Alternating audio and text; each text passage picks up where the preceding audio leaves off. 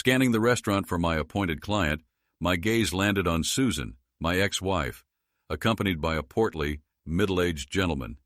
He clearly had been fit once, but time and indulgence had taken their toll. Susan sat beside him, radiating happiness. Everything about the man screamed wealth. Standing in the foyer, memories flooded back. Though 3 years had elapsed since our divorce, the emotions felt as fresh as yesterday. This was why I was observing from a distance, not by her side. Yet, as events would soon reveal, her fulfilled desires would become the catalyst for my troubles. My problems originated with a trip to Albany for a client meeting. I had planned an overnight stay to avoid a long drive back. My plans were derailed barely an hour into the journey when the client called. He'd had a fender bender. Though unhurt, he was apologetic about the late cancellation, expressing his regret. I assured him it was no trouble, suggesting we reschedule. Still, I felt ill-prepared for the additional 2 hours of driving that lay ahead. I was looking forward to surprising my wife with a romantic dinner. 90 minutes later, I finally pulled onto my street. The first thing I noticed were 3 unfamiliar cars in the driveway. Knowing my wife often invited friends over in my absence, I didn't think much of it. I parked on the street and entered the house, assuming all was normal. However, the sight of 4 sets of clothes scattered across the living room floor instantly signaled something was amiss. A sickening realization washed over me.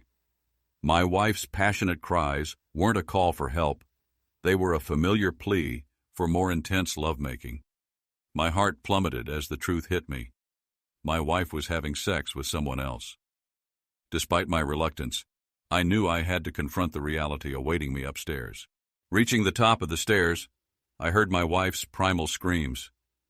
Cautiously peering around the bedroom doorframe, I saw 3 men. 2 were strangers, but the third was unmistakably her boss, Jeff Davis. To my horror, they had my wife engaged in sexual acts. My disgust for Jeff deepened as he praised her, acknowledging her help with his business clients. It was sickening to realize this fool was exploiting my wife for professional gain. All 3 treated her like an object, using degrading language and asserting their dominance. Witnessing her behavior, so unlike the woman I knew during our 10 years of marriage, I morbidly agreed with Jeff's derogatory label for her. Quietly retreating, I slipped downstairs unnoticed, seeking refuge in my office.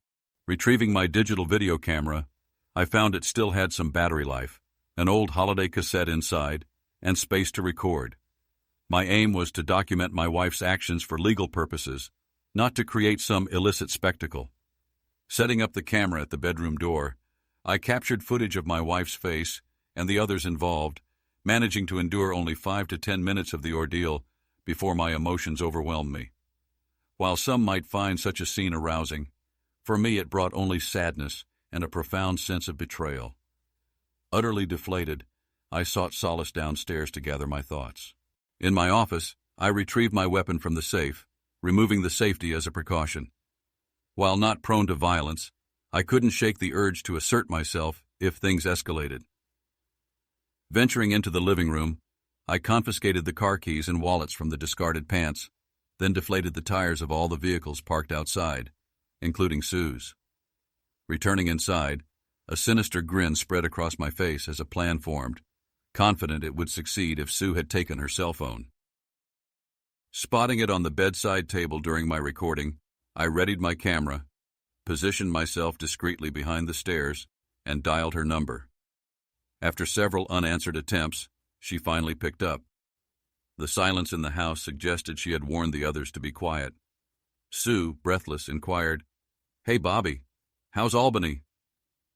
The faint chuckles of the men in the room were audible. "You seem winded. Are you okay?" I feigned concern. "Yes, had to hurry upstairs for my phone call," she replied quickly, composing herself. "My client canceled, so I'll be home shortly. Interested in dinner?" I asked calmly, though internally I seethed. "Heading home now?" she asked anxiously. "Sounds good. Just need to get ready." "Bye. See you," she hurriedly replied, ending the call abruptly, leaving me with a knowing smile, aware of what was about to unfold. In just a minute, As anticipated, 4 completely naked individuals began descending the stairs into the living room. The men dressed quickly, and Sue also hurriedly tidied herself as they all rushed out. Sue slipped on shoes and a jacket, glancing outside, hoping they'd depart before she did. Had she been less excited, she might have noticed my car parked on the street. The men all started shouting at her simultaneously, prompting Sue to step onto the porch to listen. At that precise moment, I slammed the front door shut and locked it behind her. My wife caught a glimpse of my face as I closed the door, attempting to communicate through the side window with a pleading tone in her voice. The time for discussion was over. The other men returned to my porch, banging on the front door, demanding their belongings. Anticipating their intentions, I dialed 911, reporting an attempted break-in. The dispatcher informed me a neighbor had already called, providing my name and address. I awaited police assistance, which arrived promptly just 2 minutes later. After the police questioned my wife, I approached the 2 officers and informed them that my wife had been mistreated by the men present, demanding their arrest. This sparked immediate reactions from the men, who began shouting that they were invited, and she consented, denying any mistreatment allegations. Everyone, including myself, turned to Sue, waiting for her response. She avoided eye contact and admitted, in a subdued voice filled with shame, that she had invited the men into the house, engaged in intimate activity with them, and wasn't mistreated. She acted of her own volition. The men seemed relieved to avoid assault charges. Shortly after, 2 more police cars arrived, and they recorded everyone's names for their report. The senior officer then addressed me, suggesting that since my wife invited these men, and they were all over 18, there was little legal recourse. He recommended counseling or similar assistance, delivering the remark with a disdainful glare towards my wife. I instructed the police to call a taxi and informed them that Mrs. Thomas would not be allowed back into the house that evening. One of the men called a taxi after discovering their flat tires.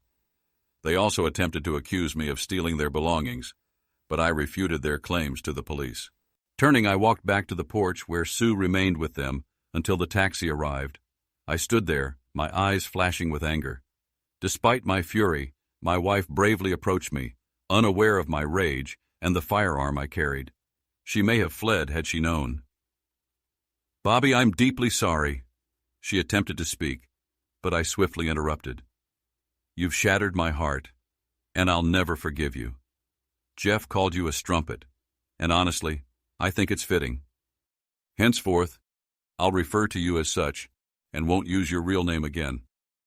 If you ever need to communicate with me, do so through Tad." With those final words, I retreated into the house, locking the door behind me, leaving her standing there. She hurried back to the group in tears, and Jeff moved to console her. She rebuffed his embrace, which oddly brought me some solace. However, my fleeting satisfaction soon waned. Upon returning to my bedroom, the scent of sex pervaded the air, further enraging me. I erupted in fury, ransacking the entire room.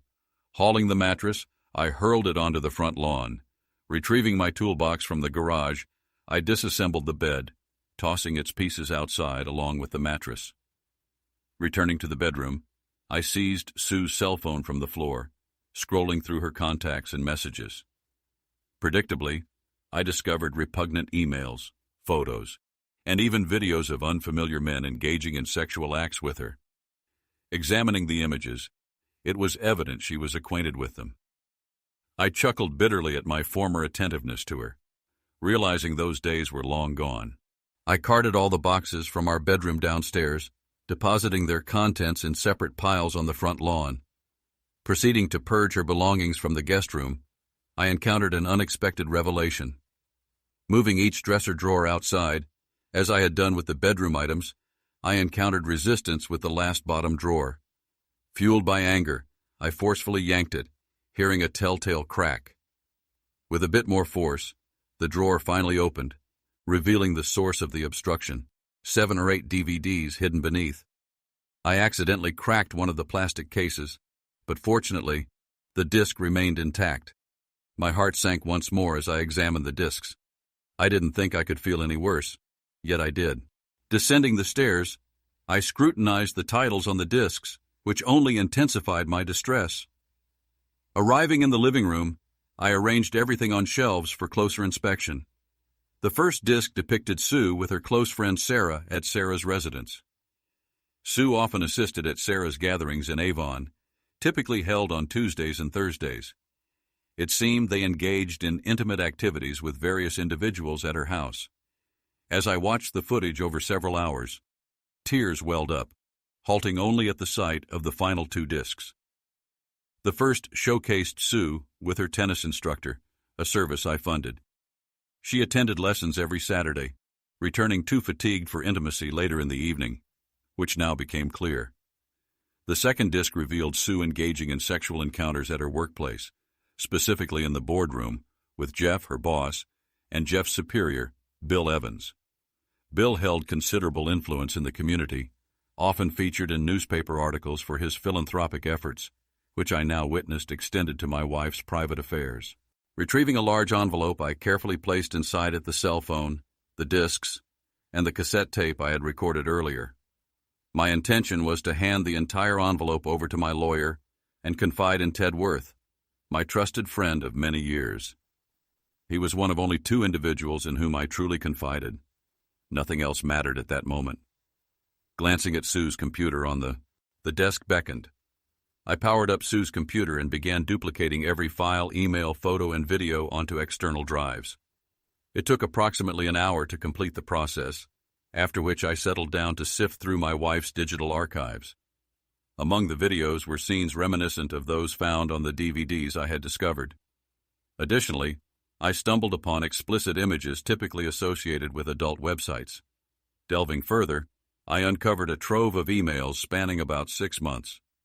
Despite her attempts to conceal them under misleading file names, I unearthed correspondence between her, Jeff, and several other men, as well as exchanges with Sarah. Just last week, I had dismissed them, until one nearly devastated me. The thought of using my weapon crossed my mind, but I realized she wasn't worth it. I had to remain strong. The email that affected me this deeply was from Sue to Sarah. Sarah questioned why she hadn't left me to be single again and asked Sue to detail her ideal future husband. Here's how she responded. Sarah, I have no interest in him anymore. Bobby is faithful, but foolish. I fear he'll soon uncover my secret lifestyle. He's not entirely clueless, but love blinds him. Lately, he's been gaining weight, and his expanding belly is off-putting. Comparing him to other men, he's lacking. I also detest beards and mustaches, which make him appear somewhat repulsive. I once loved him deeply, but the excitement of recent years is too enticing to give up. His lawyer best friend could pose problems if he gets involved. Jeff and Bill at work hint at promotions and perks with suggestive undertones. I laugh. I also desire a house and a car. If I play my cards right, I could also secure alimony each month.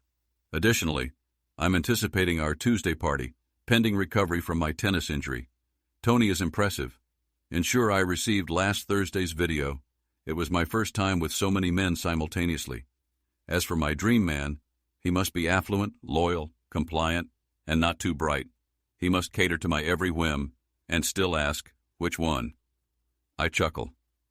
I'm indifferent about the bedroom as long as there's money involved. I laugh. I can fulfill my needs elsewhere. Sometimes it feels too easy. Damn, Bobby's home now, gotta go. See you on Tuesday, call me. Sue. I read this letter repeatedly, its words disgusting, the last few years deeply hurting me. Did she truly feel this way about me? Was my love so blind that she cheated on me for over 2 years? Afterward, I retired to bed and fell asleep on the sofa. The next morning, plagued by restless sleep, I called in sick to work. I reached out to my close friend and lawyer, Ted Worth. Mary, Ted's secretary, answered the phone. I'd known her almost as long as Ted. I urgently requested a meeting, but she informed me he'd be tied up in court all day. Mary, inform Ted that I need to meet him in his office in an hour. If he starts bothering you with nonsense, bring up Tammy Brown's name. That'll grab his attention. See you in an hour, I said before ending the call. Promptly, I began getting dressed when my phone rang. Reluctant to speak with Sue, I checked the caller ID. It was an unknown number, so I answered, suspecting it might be Ted returning my call. "Hello, Mr. Thomas. This is Bill Evans from Susan's office. If possible, I'd like to discuss the events from last evening at your house. Could we meet today in my office to clarify the situation for all involved?" Unsure if he was aware of the video footage of him with my wife at his workplace, I knew he was concerned about retaining Jeff Davis's key clients. My wife and Jeff were valuable assets to him, and he likely didn't want to lose them. Additionally, he was surely worried about negative publicity for his company and himself personally. "Mr. Evans, I have an important meeting this morning, but I'll call you back on this number before noon to arrange something for today," I assured him calmly. I conveyed it as though he was reasoning with me. He was in for a surprise. As I stepped out, I glimpsed what resembled a bizarre yard sale. The broken bed and Sue's clothes were still strewn about. An elderly neighbor waved, wearing a curious expression. I knew I'd become the talk of the neighborhood. As they say in the news, it was a suburban sensation. In the city center, I grabbed a bite to eat before heading straight to Ted's office. Mary brewed a cup of coffee for me. Lots of cream, no sugar. We had a long history together. "Holy crap, Bobby. I don't know what you've got on Tad, but I mentioned Tammy Brown's name, and he instructed me to clear his schedule for today. I could use a month off," she quipped. "If you want to know who Tammy Brown is," she added jokingly, "you'll have to ask Ted." "By the way, where is he?" I inquired. "He said he'd be here right away. He needed to reschedule his meeting with the judge for today's court hearing," she informed me. Just then he walked in. "Holy crap, Bobby. Tammy Brown? You must be in big trouble for mentioning that name to me. Come into the office and let's talk. Mary, don't patch me through to anyone right now." Tad quickly interjected. I grabbed my coffee, and he shut the door for privacy. I recounted the events of the previous evening and shared what I had discovered about Sue's new lifestyle. Then I handed him the envelope with the evidence I had gathered. And finally, he spoke. He listened attentively to my story without interruption. I could see the legal gears turning in his head as he processed the events from the night before. I informed him about Bill Evans' request for a meeting today. "Well, Bobby, as they say, let's prioritize. I've known you for a long time, and I understand you're devastated. Is there any chance for reconciliation with Sue?" he inquired. "Ted, if it were Katie, your wife, and you found those videos and emails, you'd leave her in an instant. I want a divorce, but I also want to inflict some serious damage. I'm not going to quietly accept this betrayal," I confessed. "Okay, first, we'll sue Tony and the tennis club. Sarah is off the table, as she's just a friend. Sue's workplace, however, is a different story. Secondly, we'll sue the two clients and their companies who were at your house. We'll also go after Jeff Davis, Bill Evans, and their associates." He warned. "Things might get worse before they get better," Ted cautioned me. "But I don't care. Even if I have to resort to physical confrontation, I'm going to make these people pay for what they've done through Sue," I asserted, anger lacing my voice. "All right, Bobby, recap what Bill Evans wanted, and we'll proceed from there." Ted and I explored several options, and I favored the final one. A direct attack on Sue's workplace seemed most fitting. I had leverage with video evidence of Davis, Evans, and Sue in their boardroom. "Ted," I explained, noting that as Sue's superiors, they influenced her position, it could also result in serious legal repercussions. I liked the sound of it. Ted also hinted that once Bill Evans realized what evidence we had, his stance would change, likely resulting in a settlement offer. "If it's less than $2 million, he can forget it," I remarked firmly. "I'll tell you what, Ted, make it $2.5 million. I've seen your legal bills before," I joked. "Come over tonight at 7 p.m. Katie will whip up a fantastic dinner for us. You could use a break from home," I insisted. I promptly scheduled an appointment with Bill Evans for 2 p.m. Following this, Mary peeked into the office. "Ted, they're calling you on line 1, she informed him. "Mary, I told you no calls," he snapped, visibly agitated. "Sorry, Ted, but this is Susan. She wants to talk to you, and I thought you might want to answer," Mary persisted. Sorry, Mary. It's going to be a long day, and it's just getting started. Does she know Bobby is here? He inquired. Not that I know, Ted, she replied. Tell her I'll talk to her in a minute, he said more calmly, as Mary promptly exited to the reception area. Well, I bet she's already discovered that her cell phone, computer, and all her DVDs are missing. I bet she was furious that I dumped all her belongings on the front lawn, along with our bed, I informed him.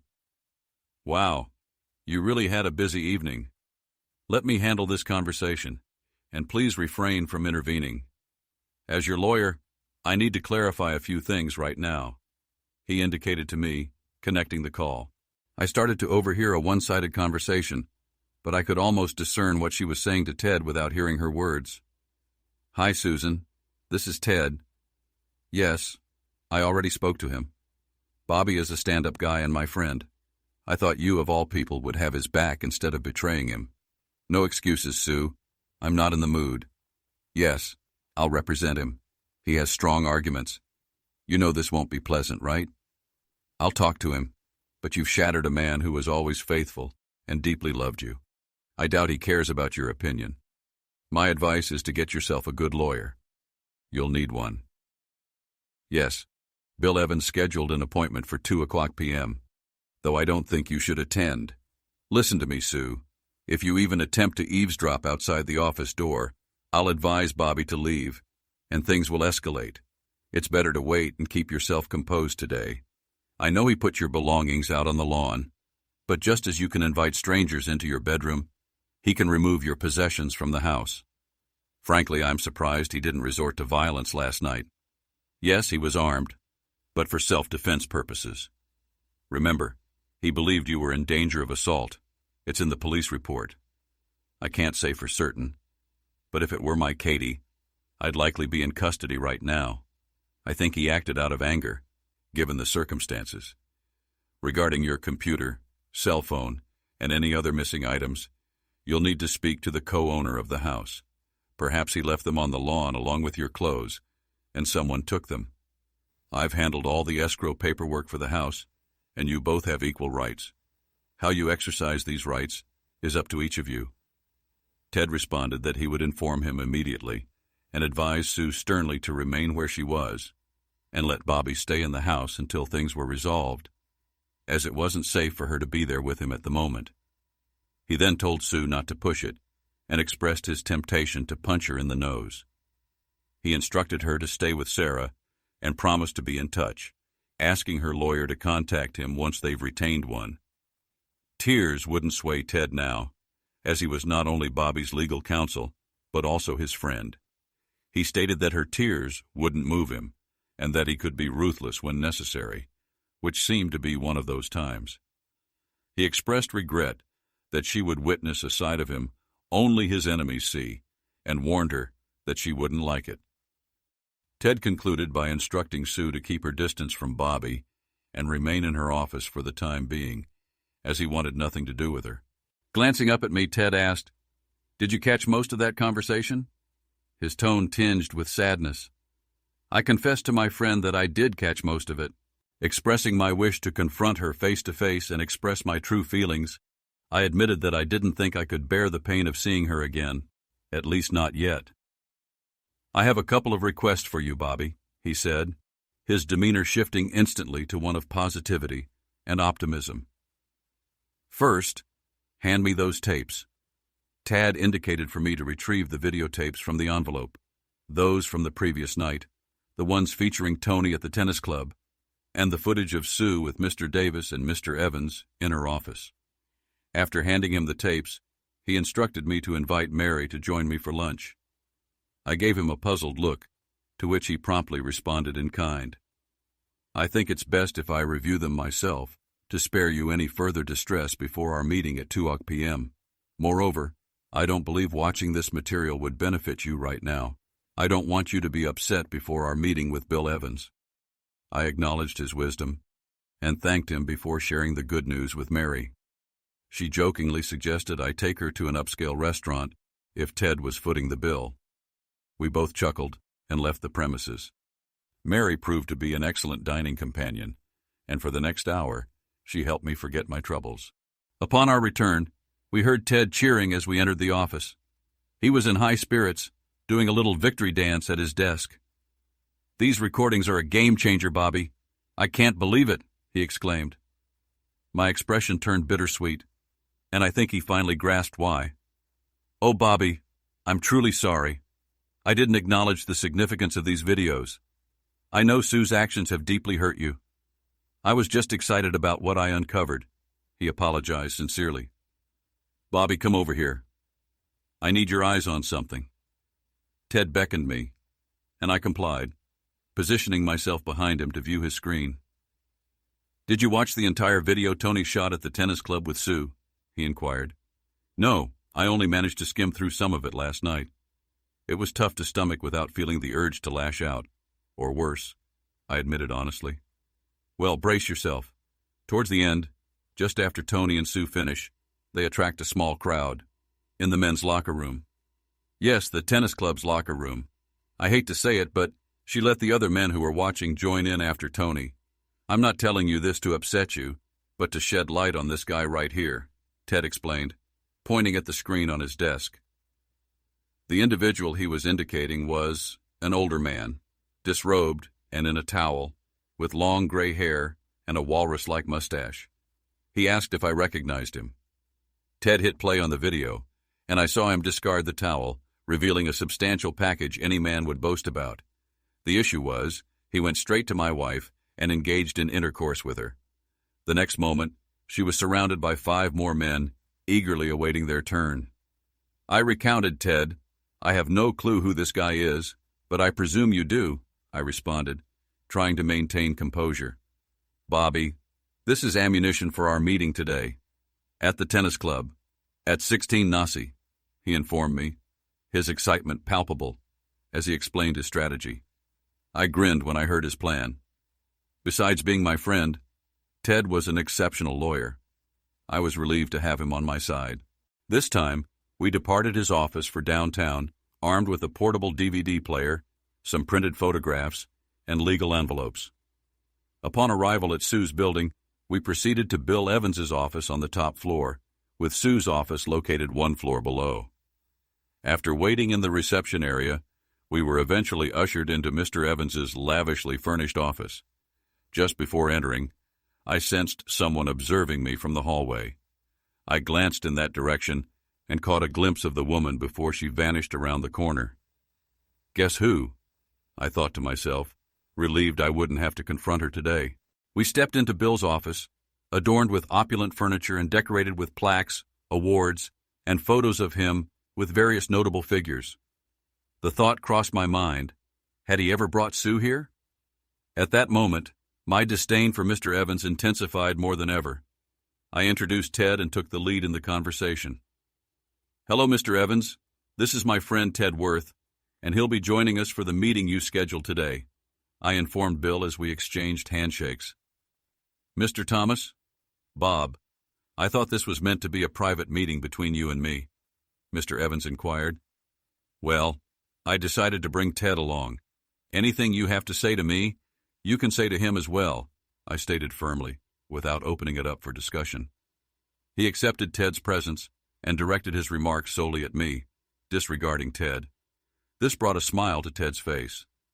I anticipated what was coming next, but allowed Mr. Evans to speak first, before we burst his bubble. "Bob, may I call you Bob?" Bill asked. "Absolutely, no issues. In fact, I thought it might be beneficial to have Jeff Davis present at this meeting too. I'm not sure if it's feasible, but it concerns him as well," I informed Mr. Evans.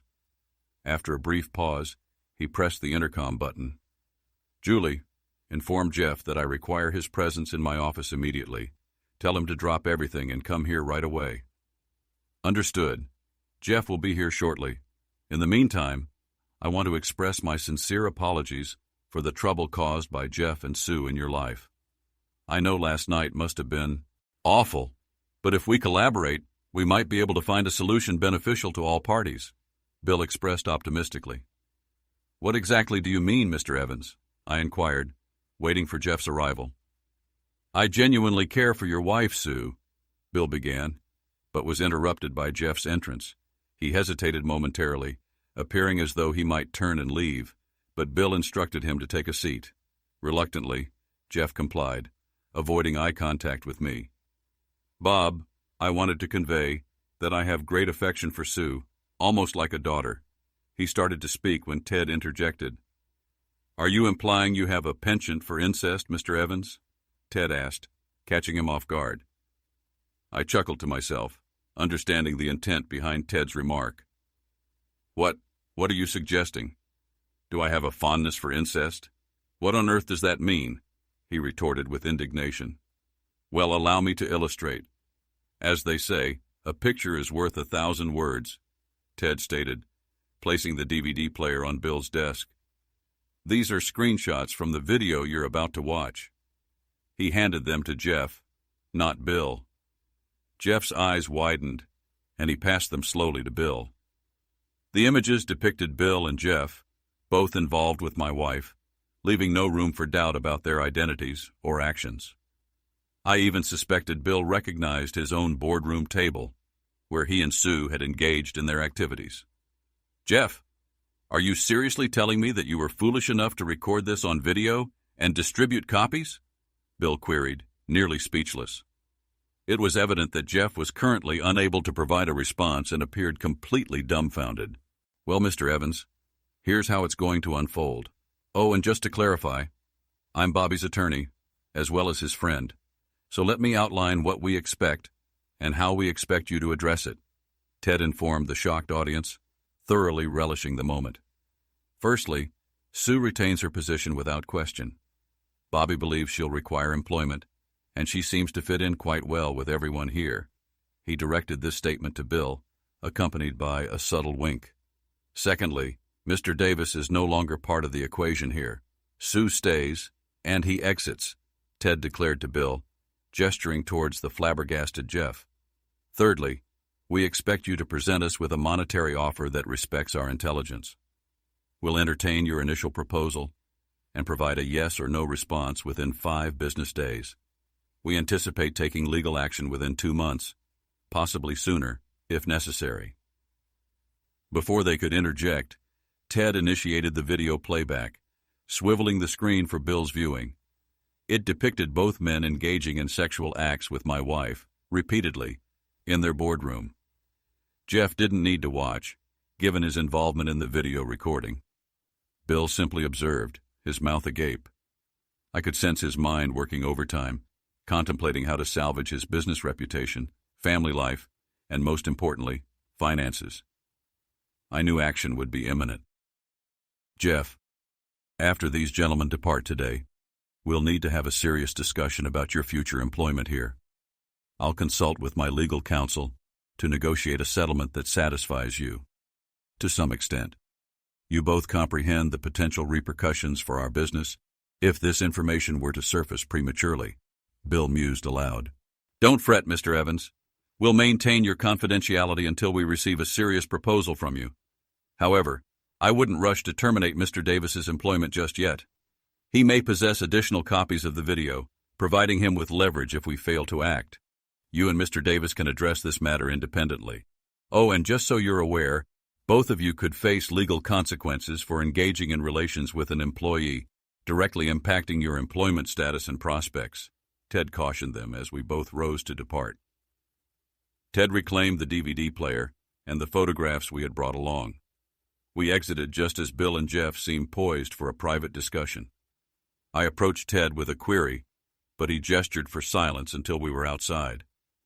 I hadn't noticed my wife lurking around the corner, attempting to eavesdrop on our conversation, but Ted had. The last thing I heard was Mr. Evans barking into Julie's intercom, "Get Sue Thomas here immediately." I grinned, anticipating an intriguing encounter. Bill would soon discover that I had discovered his DVD in our home. Once outside, I inquired why he had given Jeff an escape route by suggesting he use his own videotape against Bill. "Divide and conquer, as they say," Ted explained. "It's better if they don't act as a united front, but rather each for themselves. That way, if Bill makes a half-hearted offer to us, we can play them against each other." Tad also noted wisely that Jeff and Bill have families and attend church. Despite their behavior depicted in the videotapes, they're not keen on rocking the familial boat at present. As I departed the building, I realized it would now be remembered as the site where my wife betrayed me, rather than the esteemed workplace she once inhabited. It saddened me to think about it. Ted's words snapped me back to reality. All right, let's grab a beer before our next rendezvous at the tennis club at 4:00 p.m. We could both use a drink right now, and there's something I need to discuss with you, though I'm not quite sure how yet, Ted mentioned, as we drove across town toward the tennis club. We stopped at a quaint bar/restaurant adjacent to the tennis club. Ted ordered 2 beers and began speaking to me. Bobby, I believe Bill Evans will extend an offer, but likely for just under $1 million. I'm familiar with his legal team from another case, and they're quite adept. He's also a realist. I'll call him tomorrow and convey that a lowball offer won't bode well for his client's business or personal life. I'll propose around $3 million or suggest we abandon negotiations altogether, he disclosed. Furthermore, I need to ascertain if, in the event the offer is rejected, I have your authorization to cast Susan in an unfavorable light. I won't hold back for anything. My duty as your legal representative is to pursue what ensures victory in court, even if it entails painting an unflattering portrait of her. It might get ugly and highly publicized. I'll utilize every legal means at my disposal to secure our case. You might not appreciate all the potentially damning revelations about Sue, your marriage, and even your intimate life that could surface. I'm not sure if you've considered this aspect, Ted added at the 11th hour. I expressed that I had given serious consideration to the matter and believed I possessed more integrity than they gave me credit for. I mentioned that, if necessary, I was willing to proceed, but I preferred to explore the financial offer route first, which I hinted at to Ted. Ted agreed and suggested starting by evaluating what Bill had to offer. He assured me that if Bill's offer was unsatisfactory, he would handle all the necessary paperwork promptly. Additionally, he mentioned leveraging his newspaper contacts and friends at 3 local news stations. He said they would be willing to obtain footage and images, even if they needed to censor the explicit content with blue bars, as they say in sitcoms. Ted, you've consistently been there for me, and I trust your judgment. I just wish this whole mess never happened. Being an oblivious husband was more enjoyable than being publicly humiliated by a cheating wife. Nevertheless, you have my authorization to take whatever actions are necessary. After all, I didn't initiate this debacle, but I'm determined to conclude it soon, I expressed with frustration in my voice. Understood, Bobby. No problem. Now, let's discuss the material for our next meeting. This guy, Mr. Harry Ryle, is the owner of the Ace Tennis Club. This is the guy I pointed out in the video in my office. He's indicated that he'll likely adopt a laissez-faire attitude, asserting that adults will be adults, and he won't intervene. Even Tony, the tennis coach, might be dismissed for appearance's sake only, to be rehired later. Tony's quite popular at the club, particularly among female members. Keep in mind, Bobby, that while men primarily pay club dues, women are also stakeholders. This dynamic will be pivotal in your interaction with Mr. Ryle. He briefed me on the situation. We arrived just in time, and it was evident that Mr. Ryle and Ted didn't see eye to eye. Their animosity was palpable from the outset. Mr. Ryle spoke to Ted bluntly, signaling the meeting's conclusion. Mr. Ryle, this is Bob Thomas, he said, nodding in my direction. And his wife is a member of your club. It has come to our attention that Tony Simba, your tennis instructor, was having an affair with Mr. Thomas's wife. We want to know what you plan to do about this, Ted finished. He waited for Ryle to speak, but even I knew that he would take everything upon himself and, in a few words, send Ted to hell. Listen, what 2 consenting adults do behind closed doors, in their own time, is none of my business, Harry Ryle informed us. And as for you, Mr. Thomas, if you can't satisfy your wife in the bedroom, don't come crying to me and blaming me if she strays. There are plenty of unhappy spouses who frequent the Ace Tennis Club. Some keep returning for the personalized attention my staff provides them. "If you catch my drift," Harry said, winking at me. I felt the urge to lash out at him, but Ted restrained my wrist and quietly advised me to stay composed and follow his lead. "You see, Harry, you're assuming this occurred outside the club, without the owner's knowledge and consent. It's presumptuous of you to make such assumptions," Ted confronted him, pulling out a DVD player and placing it on his desk. Ted pressed play, directing the screen towards Harry. It was evident from his reaction that he didn't like what he saw in the video footage. Before Harry could respond, Ted interjected. "Harry, you, with full awareness, and with your colleague's complicity, took advantage of a paying member of your club, Mrs. Susan Thomas, a married woman whose dues were paid by Mr. Thomas, who is now a dissatisfied customer." That informed the silent Mr. Ryle. "When this information surfaces, every dues-paying man will want to know if his wife is engaging in similar activities while he foots the bill. I'll have to subpoena everyone present in the locker room that day. Married men may not be pleased with you about this," Ted added, adopting an almost storytelling tone. "Furthermore, there's the issue of reasonable expectation of privacy when filming in the locker room, Harry. Once I'm through with you, your club won't retain its community reputation. And your bank account may suffer as well," Ted asserted for added persuasion. "So, here's what we're after. A substantial offer from you, and prompt action. Doing so could spare you considerable inconvenience and financial loss," Ted concluded, as we observed Harry Ryle weighing his options. "Ted, you're still a real piece of work, but I can't argue with your reasoning. I'll contact you tomorrow with my offer. If I comply, all tapes will be returned to me and remain confidential. I'll also willingly terminate Tony's employment now. Now, if that's all you legal extortionists came for, get the hell out." Harry Ryle dismissed us as Ted retrieved the DVD player with a grin and powered it off. "Oh, and say hi to Tito Martin," Ted remarked to Harry before exiting the room. "Go to hell, Worth," was all Harry could retort. Ted chuckled all the way back to the parking lot. "That was quite the adventure. Now we wait for suggestions," Ted informed me as we headed to his house for a delightful homemade dinner. By week's end, Bill Evans had offered nearly $2.7 million to retain Sue as his employee. Jeff Davis, after naively handing over all his tapes to Bill Evans, found himself out of a job. Bill simply terminated him, leaving poor Jeff with little recourse. I went after the two fools who were with my wife the night I caught her with Jeff. They happened to be two of Jeff's major clients. Neither of them wanted any publicity, whether for their companies or themselves, so each of them offered me $1 million to keep quiet. Harry Ryle refused to make any offer and suggested we take legal action. So we did, and he ended up losing $3 million by the time we were done with him. His club suffered a mass exodus of members, and he was compelled to relinquish ownership. He likely thought he could evade consequences, but the judge wasn't impressed with the footage from the private locker rooms, nor with the infidelity. I granted Sue a house and a car, as she desired, without having to pay a cent in child support. I only encountered her twice in court. Both times, I greeted her as Strumpet, which brought her to tears. I often pondered why she cried now, but not before causing such turmoil in my life. I came into more money than I ever imagined, thanks to following Ted's advice. The pain still lingered, haunting me to this day. All the trials of that dreadful year rushed back in an instant.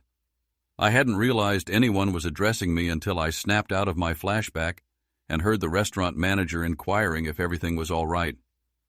Unsure how long I'd stood there, lost in thought, I shook my head to clear it and returned to the present. "Apologies.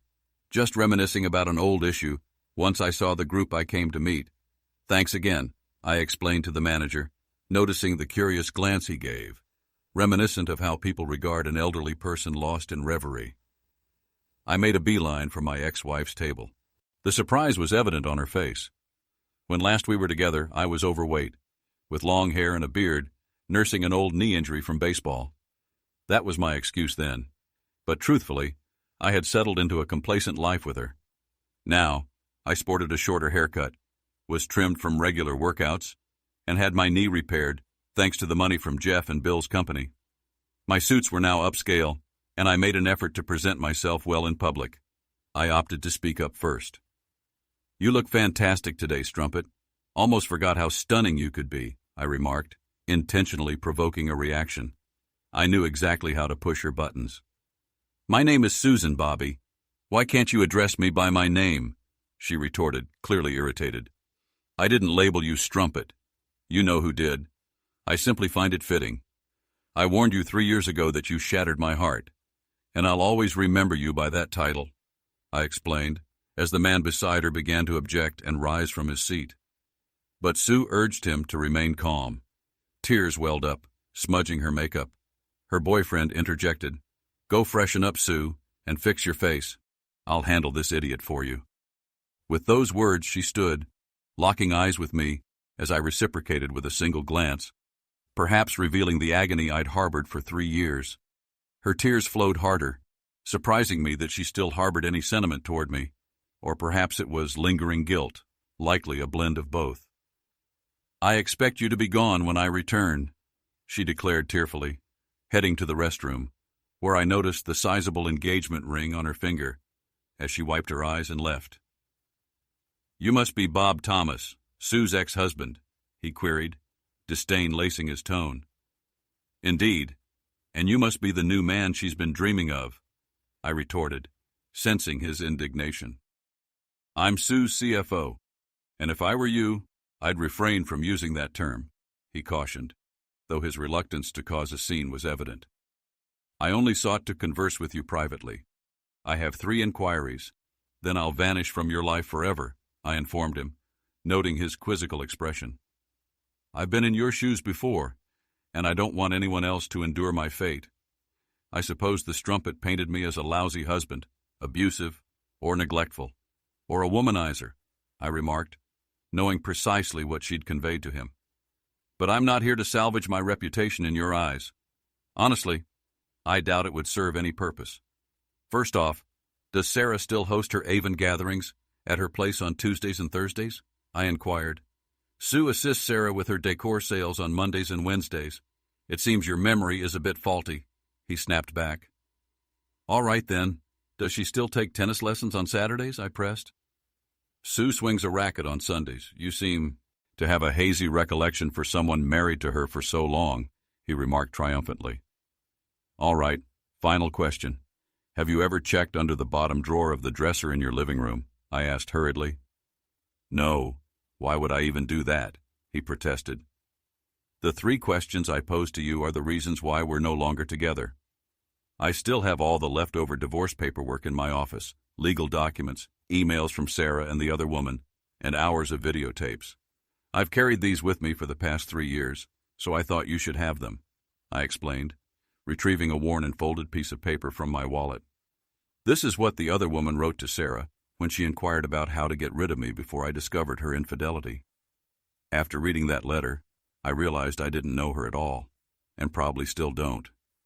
But it all revolves around you," I stated, handing him the paper. However, I knew Sue very well and understood her compulsive habits. She always followed the same routine meticulously, sometimes driving me crazy. I also had a feeling that even with a new man, she'd stick to her old ways, I elaborated. He seemed hesitant to accept the paper, but curiosity seemed to win out. He reached over and opened the email. I've carried it for 3 years, occasionally rereading it and striving to better myself so that no woman would ever write such things about me again. Of all the evidence, that email hit me the hardest, which is why I've kept it with me. It's the same email I mentioned earlier in my story. Peter read the letter slowly and set it down on the table. Quickly, he grabbed a pen, scribbled a note on it, and, to my surprise, abruptly left the restaurant. No glance back, no thanks, nothing. His expression remained impassive. I leaned over to see what he had written on the old email. "I'll return home shortly. Please wait here, and I'll call you in 15 minutes. I need to check under the bottom drawer of my living room dresser. Be right back. Peter." I sensed he'd seen the truth, even if he wasn't thrilled about it. Something told me I hit too close to home on all 3 matters, The email seemed to be the tipping point, and he needed to verify it himself. Leaving a note on Sue's table, I departed. There was no way I'd stay in that restaurant with anyone tonight.